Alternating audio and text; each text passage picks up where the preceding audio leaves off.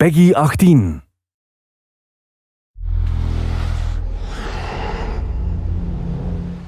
Hi, my name is Ashraf Ismail, Game Director of Assassin's Creed 4 Black Flag, and I'm very proud to be showing off the Caribbean open world. Here, we're going to start with Edward. After completing a few missions, he's met up with the assassins, but he's not yet bought into the creed, so he still has this selfish need for fame and fortune.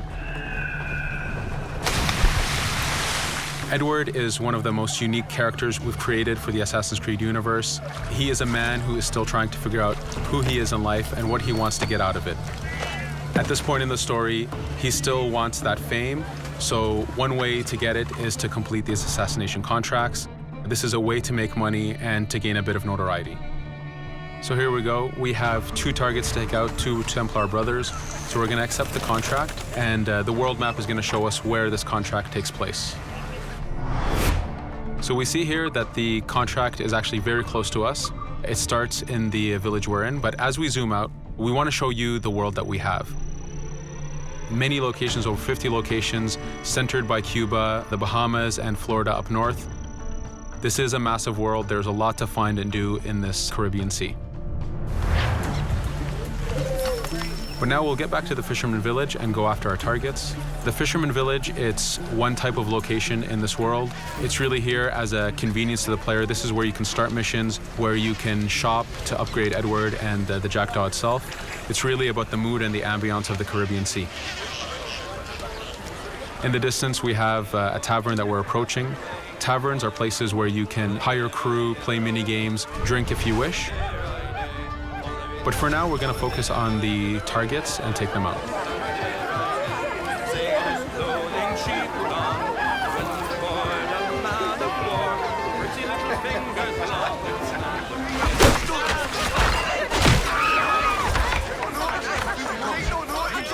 Now that we've taken out one brother, the other one's going to bolt. Just like classic ACs, we can chase him down and take him out that way, but there's many ways to complete this contract. We can use the new free aim system to shoot him this way, to eliminate him that way. We can jump onto the ship and take him out with his crew, but instead we're going to let him escape into the sea and follow him with the Jackdaw. This is your ship. This is the second main character of the game. You're going to have to customize and upgrade the ship as you go on this journey with Edward.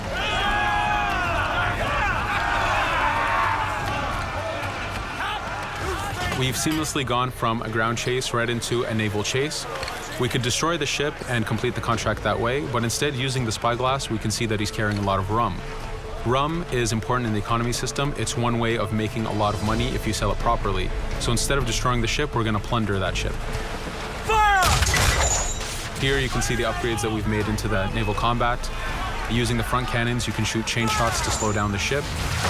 Using the new round shot mechanic of trajectory aiming, you can aim for the hull and do a lot of damage this way. This specific enemy is what we call a frigate. Frigates are the type of ships that you need to destroy as fast as you can, because the longer the fight lasts, the more damage they're capable of doing. We have other enemy types like the Charger or the Man of War. The Man of War is a massive ship capable of carrying over 100 cannons. These are ships that you really need to upgrade to be able to face. But now that this frigate has been demasted, we can start the boarding. Boarding, it's very important. You are a pirate. This is how you gain cargo. This is how you take on ships. So here we can start the boarding from any orientation or angle we wish. The distance even matters. If you get too close, the 2 crews will just jump right into each other. If you start a bit further, you can jump in the water and go in for a sneak stealth attack. We have 2 objectives to accomplish for this boarding. We can take out the captain, and we need to take out some of his crew. So using the swivel gun, we will efficiently take out a lot of the crew. And now we'll go for the captain using Edward's navigation abilities. Here, again, using the new free aim system, we have a dangerous enemy on the other side taking out our crew. We can easily take him out with a headshot. So what we see here is that 2 ships have come together to create this 3D environment where, using your assassin abilities to navigate, to be stealthy, you can take the advantage and get the kill by surprise. Now that we've taken out the captain, we still need to take out a few of the crew members to complete this boarding. Now that we've plundered the ship, we're going to gain that rum that we saw earlier, but we're also going to gain ammo and crew members and some gold.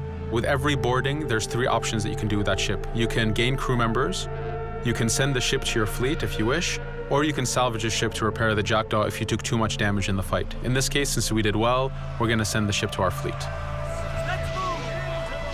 Now that we're back in the Caribbean Sea, we needed to make sure that every minute something is being advertised to the player, something new for the player to do. In this case, we have this uncharted location. These are what we call playas. We have over 75 of these in the Caribbean world. Every playa has something very important for the player to find, something that will help in upgrading Edward or the Jackdaw. So it's in your advantage to explore these locations.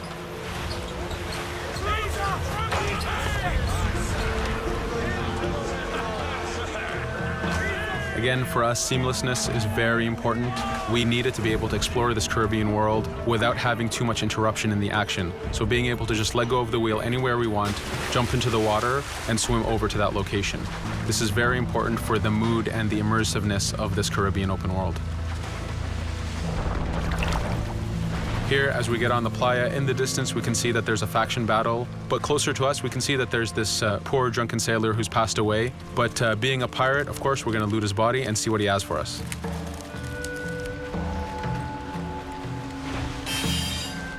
So we found a treasure map. This treasure map is asking us to go to an island called Misteriosa. Every time you find one of these, you know that you're going to find a treasure that is linked to the progression of the Jackdaw or Edward, so they are very valuable. Here we're going to take a look at that faction battle. We have a British ship facing off against a Spanish ship. We could jump in and take advantage of this opportunity, allowing each ship to weaken the other and for us to plunder both. But now we're going to make our way back to the Jackdaw. Again, this is the second main character of the game. There's a lot of customization and a lot of upgrading to do on the Jackdaw. You can upgrade all the weapons to fit the playstyle you wish. Now, as we get onto the Jackdaw, we can see that the crew is cheering for us. Edward has a really close relationship with his first mate, Adewale, standing right there, and with his crew.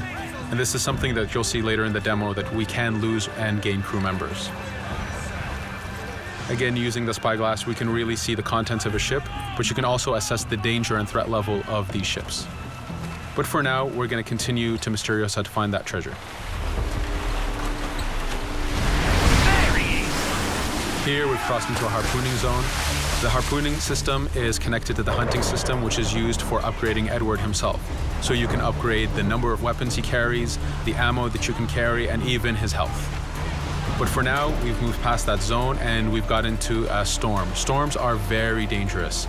If you're not careful, if you don't know how to navigate a storm, you will take damage to your ship and you will lose crew members. In the distance, we can see a water spout. This is a tornado in the ocean. These are very dangerous. They can suck you in, and when they do, they tear the ship apart and take out your crew. Here we can see its effect on a ship. This poor ship got sucked in and got destroyed. Storms are very dangerous, but we wanted the player to take advantage of this. When you've mastered a storm, when you know how these systems work, you can pull enemies into a storm and let the storm do damage for you. So there is a strategic element to using a storm in the world.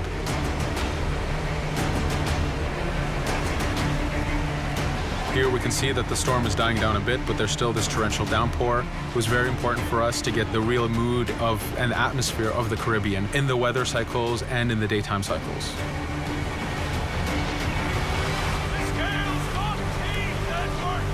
But here, since we've survived the storm, did pretty well, let's order our crew to sing. Sea shanties are a part of this game. It's a collectible that you can find in the world. So the more you find, the bigger playlist you have for your crew. But for now, we've made it to Misteriosa. So again, we're going to seamlessly get off our ship and explore this location. Misteriosa is a Mayan ruin. Mayan ruins are heavy with stealth and navigation capacities. There's a lot of treasures and hidden discoveries to be found in these locations.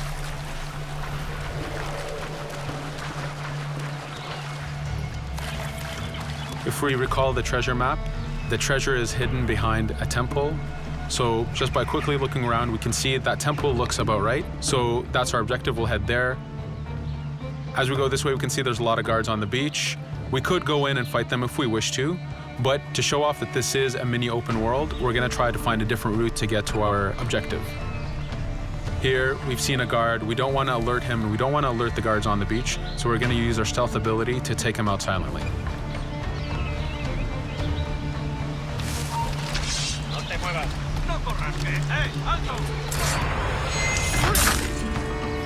With AC3, we were able to push the navigation in the frontier, which means using natural environments like trees and rocks and so on. Mayan ruins are the perfect place where we mix man-made structures and these natural environments. So you really get to feel how far the navigation abilities of the assassin have come since the original game. In the distance there, we can see another part of the island being blocked off by a patrol of guards. We're going to avoid it for now and go for that treasure.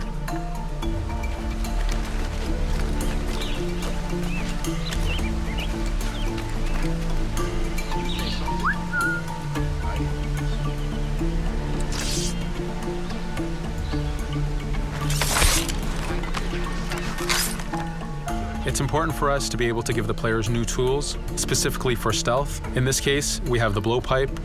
Using the berserk darts, you make your enemies go crazy. Effectively, this means that they'll attack anything and everything in sight, including their own friends, animals, or Edward if he was in the way. So you do have to be careful with how you use it.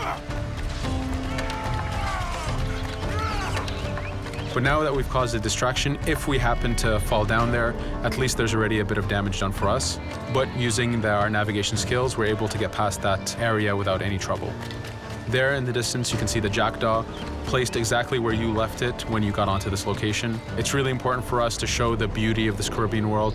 The Caribbean has some amazing vistas, and we pushed ourselves to replicate this in the game.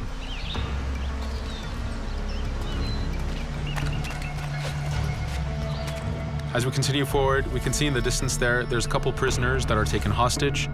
This is a scenario that you need to use stealth. If you're detected by those guards, they will kill the hostages. So in this case, it's to your advantage to use the environment to figure out how you can take out those guards without being detected. In this case, it's 2 guards, so it's not too hard. There are other scenarios where you have more guards and you have to figure out how you can take all of them out at the same time. Now that we've freed these prisoners, they are more than happy to join our crew. This is just one way of gaining crew members. As mentioned earlier, there's the taverns. There's actually many different setups of gaining crew.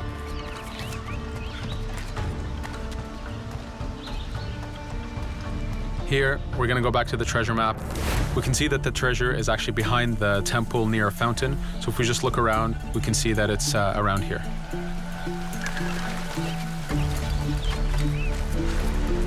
Now that we've found the treasure, what we've actually found is a blueprint. Blueprints are incredibly valuable for the upgrading of the jackdaw. This is how you can upgrade the biggest and most devastating upgrades of the ship. So here we're approaching a reach high point. Just like classic ACs, synchronizing with the reach high point reveals the contents of a location and the map itself. But as an added feature, because this game world is so huge, there are many different locations, this also becomes a fast travel point. So now you can, by synchronizing, now you can come back here anytime you wish to collect those treasures that we passed up a bit earlier. Here we've reached the end of the demo. This was a tease of the open world that we have. We're very excited to be able to show off this game and to let you play it very soon. Thank you for joining us.